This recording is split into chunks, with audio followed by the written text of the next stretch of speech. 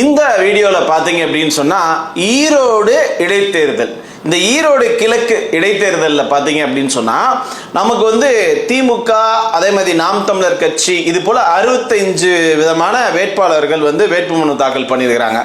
நாம் என்ன சொல்கிறோம் இந்த காணொலி வாயிலாக, அதாவது திமுகவுக்கு நான் வாக்களிக்க விரும்பலன்னு ஒரு சில பேர் நினைச்சோம். அது அதிமுக சேர்ந்தவங்க, பிஜேபியை சேர்ந்தவங்க, இல்லைன்னா தமிழக வெற்றி கழகத்தை சேர்ந்தவங்க, அப்படி யாரும் இருந்தீங்கன்னா அவங்க யாருமே நாம் தமிழருக்கு வாக்களிச்சிடாதீங்க, நாம் தமிழருக்கு ஓட்டு போட்டுறாதீங்க அப்படின்றத இந்த காணொளி வாயிலா சொல்ல நம்ம விருப்பப்படுறோம்.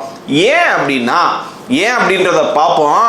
அப்போ என்ன வாய்ப்பு இருக்கு அப்படின்னு கேட்டீங்கன்னா, அதாவது தேர்தல் ஆணையமே மேலே இருக்கக்கூடிய வேட்பாளர்களுக்கு எனக்கு வாக்களிக்க விருப்பம் இல்லை அப்படின்னா நோட்டாவுக்கு வாக்களிக்கலாம் தான் அந்த வாக்கை வந்து அந்த ஆப்ஷன் கொடுத்துருக்காங்க.